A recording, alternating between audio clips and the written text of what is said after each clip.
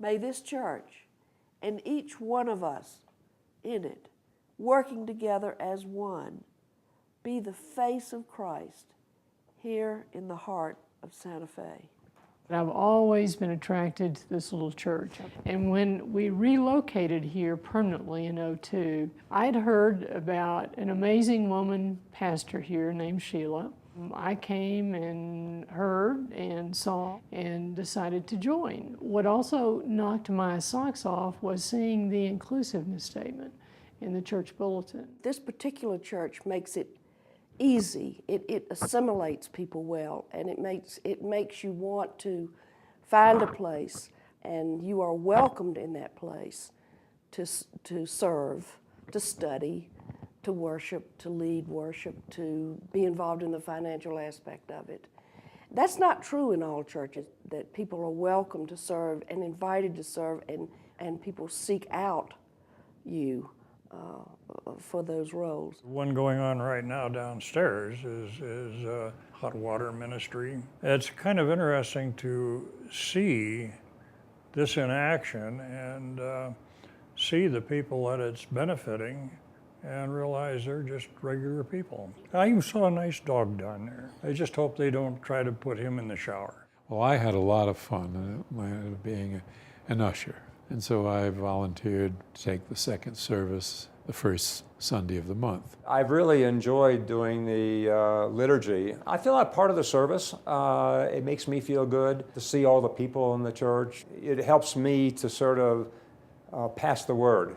Diversity is one of my big issues. I wish we just had more diversity in every kind of way. The one thing that I feel, and I know a lot of people feel, is the fact that we just don't have a lot of youth around. And I know the church has worked very hard on that, and I think there's some results being seen. And that's a tough job. We were working with Cuba and found out that in Cuba there was not a lot of soap to wash laundry. A weekly offering with the kids of bringing money and making enough money to be able to send to that church that they could afford soap. And it got the kids involved. And that's the one thing that, kids like to be involved in that. They felt so good. And I think that the whole stewardship thing needs to start with those little kids. Say the little church that we came from back in Maryland had a younger congregation, and youth ministry was quite an important thing because the church membership is declining. Young people don't have the kind of connection with the church anymore. If the church is to survive and flourish, it's going to have young people, and the way to do it is to have a youth program. A pig and a chicken were walking down the street one morning when they passed a sign in a restaurant. Special of the day, the sign read, ham and eggs. Want to stop in for breakfast, said the chicken to the pig. Not on your life, the pig answered. For you, that's just a contribution, but for me, it means total commitment.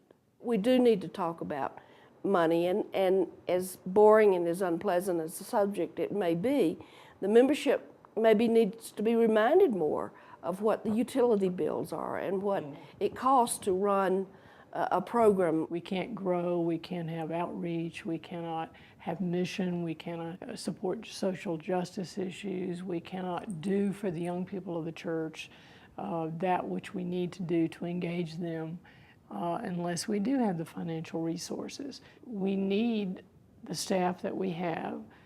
Could probably, in truth, use more staff. I think transparency in the use of our money is important. I wish more folks would get more involved in how many fingers and minds and prayers go into the formulation of the budget. We have the fixed costs that don't change, and it's only when those are met that we're able to do the things that we like to most define the church as being. The church provides a great deal of good things for the community, and we just need to keep on doing it and being as great as we can and doing more. I feel at home in this church. Many gifts, one Spirit.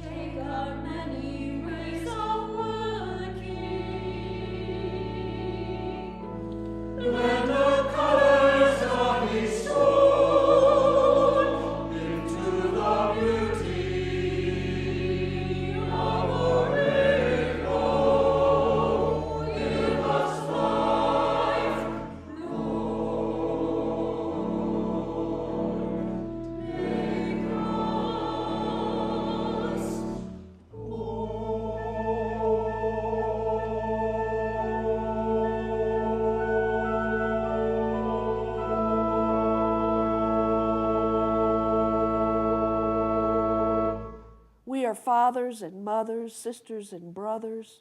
We are artists and homemakers, bank tellers, professors and poets. We are school teachers and grandparents and CEOs and PhDs, RNs and VIPs.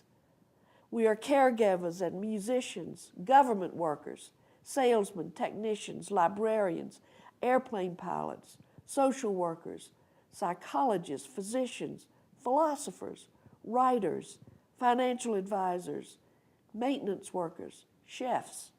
We are stockbrokers. We have prayed for peace. We have marched for justice, stood with the disenfranchised, offered food and shelter to the underserved. We have planted gardens and chaired meetings, taught Sunday school, led worship, greeted strangers, planned conferences, told stories, signed up for Bible studies, found ways to honor the earth, joined in book discussions, ushered and folded bulletins, signed petitions, mopped floors, served meals in fellowship, taken notes, knitted shawls, pored over budgets, served communion, done flower arrangements, sung in the choir, blessed the animals. We have lit the Christ candle, sewn banners to decorate the sanctuary. We have burst with joy at a neighbor's good news, and we have wept with others in the throes of despair. We have seen the abyss, and we have been to the mountaintop. Whoever we are, whatever gift we bring, from wherever our faith journey began, we have found a home here at First Presbyterian Church, Santa Fe.